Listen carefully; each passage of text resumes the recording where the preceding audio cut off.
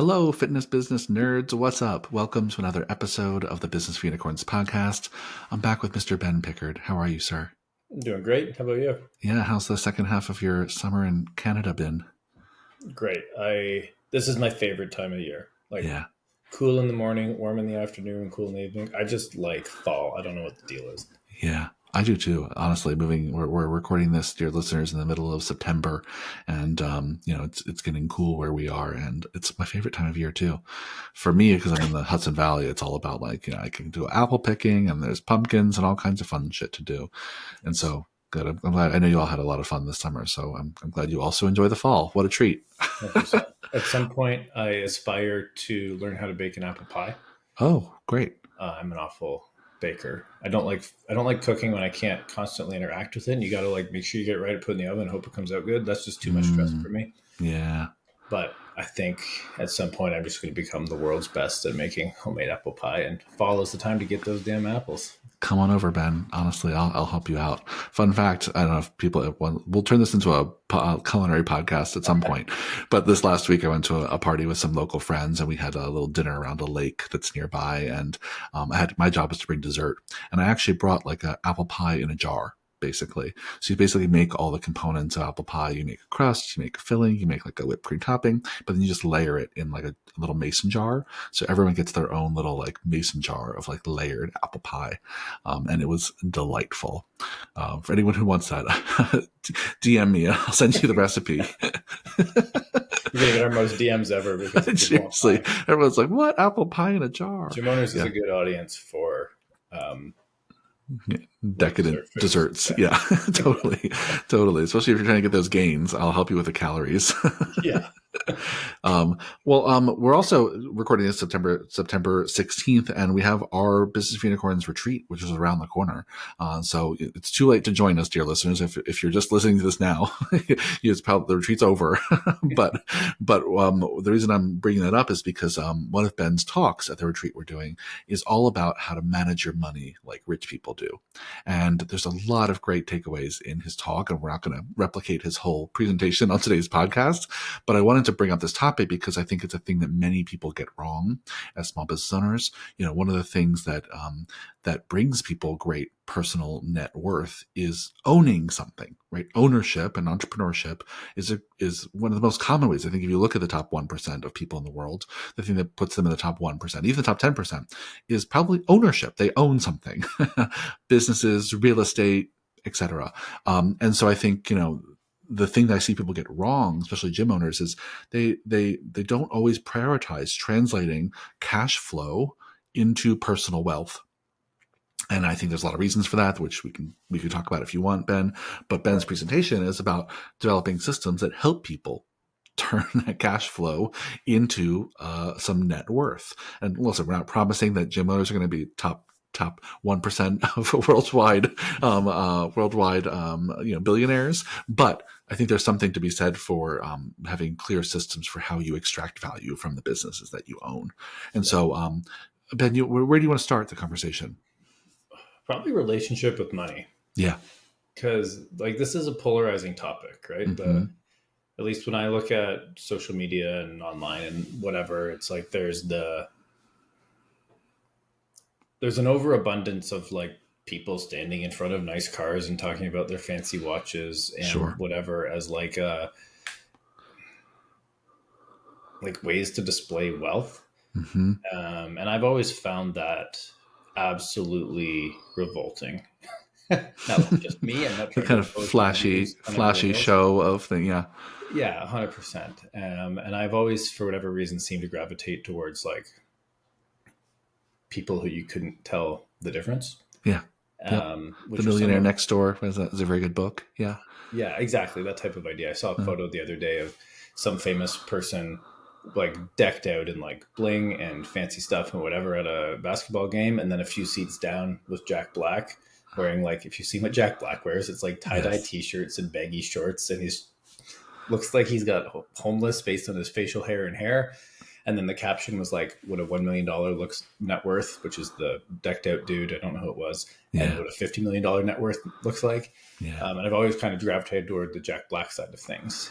And I would say all this to say, like, everyone's going to have a really different relationship with money. So if buying a BMW makes you feel good about the work you've done in your business, like, I'm not judging. Like, you follow your heart. But if you do have a weird relationship with money, which I'd say I fall into that category. Mm-hmm. Avoiding the problem and sticking your head in the sand is not going to make it go away. Mm-hmm. And when it comes to providing for your family and giving back to the community and building your nest egg, because at least in Canada, if you're self-employed, you don't get a pension. Like, you got to figure it out yourself. One of the biggest benefits we have on our side is time. Mm-hmm. And every day you spent with your head stuck in the sand is another day you're arguably missing out on the opportunity cost of having assets grow. Yeah. I think it's a really great point. I think, and I've probably said this before on the podcast, but our relationship with money is one of the most long-term relationships we will have in our lives. Period. Never thought about it that way. Great Yeah, point. it's true. I mean, even our close, siblings, right?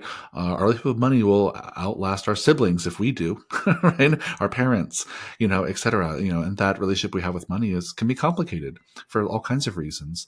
We live in a world that's not an even playing field for everyone. Some of us grew up with more or less, and for some of us that was good or bad. So it's complicated. But I think once you decide to own something and create value by being a business owner, I think you really owe it to yourself and to the business to make sure that you are taking some of the value out of the business, even if it's not to buy the BMW. It's actually better for your business that if you are secure financially in case you need to put money back into the business, that you're at a place where you can be your own investor and your own piggy bank. So even if you're doing it purely altruistically for the business, you still want to be taking money out and putting it into your own personal bank account. And so that being said, there's lots of ways to do this, but what are some of the best practices that you're going to be talking about at the retreat and that you can share with our listeners today? Yeah, well, what I'm going to be talking about at the retreat is basically 3 ways to manage your finances in like broad principles strokes here. The actual nuts and bolts is up to you. So maybe I can just hit each of those 3 ways and talk about the pros and cons of each. Sounds great. So the first one is that you make money in your business, you have revenue, it goes into a business account. You spend whatever needs to be spent on expenses to run your business, pay your rent, pay your people, etc., Mm-hmm. and you pay yourself whatever's left. Yep. Super simple system. And it's also a very stressful system because that means that your personal income fluctuates drastically with the fluctuations in your business. If you're sports performance, there's seasonality. If you're Gen Pop, clients go on vacation. There's always going to be fluctuations in a gym. It's never linear. So what can happen there is if your gym is not doing very well, you're a broke gym owner who can't afford, you're more stressed about money than you are focused on impact. And your stress about money is actually detracting from your ability to do a good job in your business and grow it. On the flip side of that, if your gym's absolutely crushing it and you get used to making a lot of money every month, like wouldn't be unreasonable to be making 20K from your business every month, but your lifestyle inflates with that and you can get used to spending every dollar, all of a sudden you're a person with a lot of nice things, but no assets. And that's not even to speak to the lack of long-term growth in the things you're probably buying, like BMWs and stuff, instead of, investments. Yeah. Well, I'll also say this because I think you're painting a really clear picture. I'll also say that, it might be okay to start like that. Right. That's exactly how I started. Right. Like it might be okay to treat your business account a little bit like your personal bank account for a little while within legal reason, for the purpose of this podcast. And I think a lot of people do, right? I mean, which makes sense, but it's not sustainable. As simple as that system sounds, over time, it doesn't serve you well at all, for all the reasons Ben mentioned and more. Yeah, that makes sense. So that's one way to do it, and it has its own pros and cons. Yeah. What's the kind of second approach? So the next way is essentially profit first. And I've talked to a lot of people about profit first, and more often than not, they walk away more confused than clear. Sure. And basically the entire premise of profit first is you're trying to give every dollar a job. Sure. You are taking the dollars that come in from revenue. They still go into your business account. That stays the same. But instead of just seeing what's left, you start being like, I'm going to put this amount towards this thing. So that would be like 5 to 15% ish immediately off the top gets set aside for taxes. You're probably going to owe taxes. It's not a surprise. Just put the money aside. You're going to then allocate some of that money to profit. So maybe 5 to 15%, maybe even 1% goes in your profit digital piggy bank. you're still going to have expenses. That doesn't change. Probably 50 to 70% of your revenue goes towards expenses. You put 50 to 70% in your expense digital piggy bank. And then you give yourself a salary that's probably in the 20 to 40% range, depending on the size of your business. And that every month goes into your personal account. So the only real difference here is instead of seeing what's left at the end and hoping it's enough, you're deciding that this percent of every dollar goes to these things. Yeah. That's huge. I mean, you make it sound very simple, and in some ways it really is, but it's a huge difference between the first picture you painted and this one, because in this one you have real goals. You're setting real intentions for how much you plan to spend, how much you plan to make, how much you plan to save, and I think setting those goals and intentions gives us kind of benchmarks to measure our performance against. And what's challenging about that is all the things you mentioned before, which is, the income at most gyms is not incredibly linear, right? It changes seasonally. There's all kinds of reasons why it fluctuates. Same thing with expenses. And so these are all moving targets. And so setting these kind of meta goals for your finances goes a long way to making sure that over time you're putting away as much as possible for the things you need to save for. You're taking as much as you can out of the business as an owner, and that you're keeping your expenses as low as possible to be covered by essentially what's left over. So if the first system is pay yourself last, this system is pay yourself first. Yes, it is operating with a budget in mind. We do not, nobody listening to this podcast, or most people on the planet don't have an unlimited amount of money. Yeah. We only have so many dollars to go towards so many things, whether you're buying a house or getting a car or renting something or buying a birthday present. Like, you have a budget in mind, even if you haven't clearly got it. Even if you haven't written down it's $68, you still know, like, that feels like a lot. So this is just being intentional about it. And the con is that you have to do a bit of work to get this set up. And let's be real, it's like 30 minutes to 60 minutes to begin with. And then you have to maintain the system, which is probably like 15 to 20 minutes a quarter in my experience. But the pro is that you now know what you're working with. And in my experience, that drastically takes the stress away from finances, because I have learned to live off of my salary from the gym, but then the profit's just gravy. That can go to the vacation fund. That can go to the investment fund. That can go to like literally whatever you want, but there's no longer that competing demand between like, oh shit, do we have enough money? And that really allows me to focus on like, how do I take the best care of my team and my clients so that I'm focused on impact, not income. And I find if you focus on impact, the income will come, as long as you've got the systems in place to make sure that's right. Yeah. Well, I think that's really wise. And the thing you've mentioned, I think now twice, I want to just call out by name, is really this force that comes in out of nowhere, which is this lifestyle creep, right? That over time, the more you make, the more we tend to spend. And, we're a little bit like koi fish in that way, right? Give someone $100. The size of our container. Exactly. Give someone $100 and they will suddenly have to live by $100. Give them 10,000 and suddenly it takes 10,000 for them to live, and I think that's something to really pay attention to, because no matter what system we're going to talk about today that you're going to run, that's always a tendency, right? And some of it is cultural, right? Keeping up with the neighbors, or impressing friends, right? Impressing our fellow entrepreneur friends who we see just bought that new BMW, right? And some of it just happens without our even recognizing it, right? Your taste changes. Suddenly you have to, eat out at fancier places, or in my case, only stay at fancy hotels. And it's hard because those things sneak up on you. And I'll look back and be like, wow, how much more am I spending on food than I used to spend? How much more am I spending on a vacation than I used to spend? And you have to keep those things in check, which maybe is a topic for a whole other podcast, but I wanted to call it out. 100%. In my head, I don't try to keep up with the Joneses, yet it still seeps in. Like, 2 doors down, my neighbor's got a beautiful truck, GMC Sierra 1500 AT4X. Fuck, is that a nice truck? If you like trucks, you'll talk about it. If you don't, it's a nice truck, and it costs more than I'm willing to spend on a truck. Yeah. So even though I believe that I don't try to keep up with the Joneses, there's still a piece of me that is like, the fact that I'm noticing that means I actually am. It's not it's not quite there yet. No, well, I mean, we're bombarded with marketing messages all day, every day. If you're anywhere near a screen, you're bombarded with marketing messages every day. I read something recently. It was something like we get more marketing messages in like an hour than like our great grandparents would have gotten in their entire lives. Like we're And just they so had to pick up a bombarded. newspaper to seek it out Yeah, versus we can't avoid it. exactly. And so, so whether you're consciously trying to keep up and compete with your neighbors or not, you're bombarded with messages all the time that you need more stuff. You can't avoid it these days. But it's important to keep on track of it. And I think these systems help. So, right. So we got through system number one, which is like pay yourself last. System number two, which is pay yourself first, basically profit first. And you mentioned there's a third. What's that?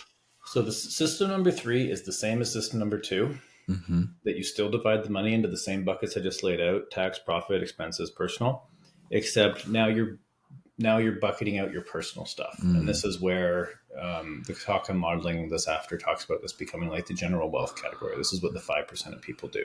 That doesn't mean you're going to have $1 trillion. In fact, if you own a gym, you're pretty much guaranteed to not have $1 trillion, unfortunately. Sure. But you'll be happier and you make a bigger impact. Yeah. So we just take the same philosophy that instead of being like, here's the money I got, the whatever $1,000 a month that I paid myself, I'll just spend that on whatever. Now you're breaking down how much of that goes to your home. So I mean, you can call this essentials, maybe like home, vehicle, life insurance, whatever. How much goes to your fun account, which is whatever the hell you think is fun, whether it's nice hotels or GMC Sierras, whatever you're into, you have an amount that's allocated for that.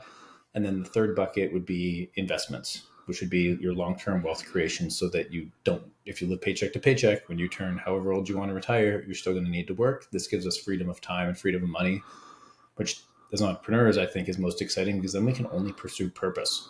Money is no longer a thing. We can do literally the thing that we want to do most. And then how you break down those investments, like I'm not a financial planner, I'm not going to tell you what to invest in, but the categories you can think of are like an education fund for your kid, an emergency fund in case you need a new roof or a water heater or whatever, putting money into like regular markets, like buying stocks. You could put things into exempt market products like REITs or buying real estate.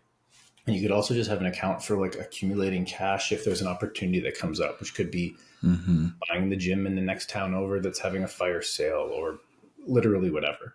Yeah. So there's lots of ways you can think about this. And again, I'm not the boss of you, nor am I a financial planner, but some people will use like the 50-30-20 model: 50% essential, 30% fun, 20% investment. Some people go 60-20-20. Millionaire Next Door is like 90% is essentials and fun. I think it's Millionaire Next Door. 90% essentials and fun, and 10% goes to investments. And the math tracks. He gives lots of good examples on, if you just put 10% away for your career, you end up with over $1 million based on regular market stuff, like compound interest is magic. Sure. And if you're crazy like me, you go 50-50. 50% is home and fun, 50% is investments. Which I have lots of things to say about this, but there's pros and cons to that for sure. Yeah, well, we can unpack that even more on a rainy day. But I love that how simple it is, right? So while at your business, you might have a few different piggy banks you need to put things in because it's a business and it's a little complicated. And at home, it's simple. There's 3 piggy banks, right? There's like one for the essentials, one for fun, and one for investments. And I think that the more you can take out of the business, the more you'll have to distribute amongst all those different accounts. I think it's great that you give us some benchmarks, but ultimately, as Ben said, dear listeners, it's up to you. Well, you might start with just putting something in each of those 3 accounts, right? Maybe it's all in essentials for now, because you just got to pay your bills. But as you start to develop more and more income, you want that to translate into wealth. That means you have to actually invest some, right? You have to have some cumulative wealth over time. 100%. Yeah. Let's leave it there. We could keep digging on this for a long time, but I think that framework is enough for our listeners to go think about.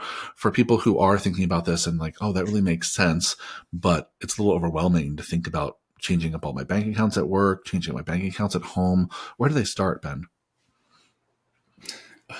This is one of those things where I think there's a lot of benefit to like a coaching conversation, unpacking the barriers. And there's also sometimes benefit to just like brute forcing the thing. Yeah, sure. So I know this is kind of like uncharacteristic advice for a coaching company, but this is one of those things where it's like, if you read Profit First and just haven't done anything about it yet, yes, you do need to open those accounts. Just go call your bank or do it online and open your accounts. If you're already running that and you want to run the new system, like with personal stuff, like, yeah, you might need a couple other accounts or just start tracking something in a spreadsheet. the advice I got for this early on from a mentor was, when you start doing this, the first few times, there will be no gratification whatsoever. It is Sure. truly an exercise in delayed gratification. So there's an element of just, what I did was just agree with myself that I was going to suck it up for 6 months until Mm-hmm. it became habit. And now I'm starting to see the rewards of that. Yeah. So I just want to set expectations. Like, you're not going to put money in Microsoft and it's going to double tomorrow. Like, it doesn't feel that good. It isn't, Yeah. I think, like the most delayed gratification we can have. And there's an element of, like, unfortunately, sometimes you just kind of just do it. Yeah, and most wise people out there that I've listened to, read, or followed really have like a buy and hold perspective when it comes to retirement funds. It's like you shouldn't be looking at it or touching it. You want to forget that it exists Yes. until you get closer to retirement, right? Within reason. Yeah. And so I think that that's really wise. It's like, this is not the moment to dilly dally. Just go find the wherewithal, to go find the energy. Just go fucking do it. Right, I think is the advice here. Go open up the bank accounts and start, and don't worry about it feeling good yet. Just do it for a little while, and then you can reflect on it later. Because time is of the essence, as you said in the beginning. You know, time's on your side. With compounding interest, you can do a lot of great savings if you start 100%. now. Yeah. I love that. Thank you so much, Ben, for bringing in and sharing some of your personal story and how you think about this for yourself. I think it really helps our listeners kind of connect with this topic. And money's a sticky topic. So It's weird. thanks for making it so easy to talk about. Yeah. And if anyone has any questions, like ben@businessforunicorns.com, shoot me an email. I'll do my best to support you in this, because I've had a long, wild journey with this, and Mm-hmm. happy to share some of the lessons I've learned, whether you're a Unicorn Society client or not. Yeah, I love it. Awesome. Well, thanks, Ben. Always great conversation. And dear listeners, I hope you found this as valuable as I did. Great conversation. And I'll see you all in the next one. Have a kick-ass day. Thanks.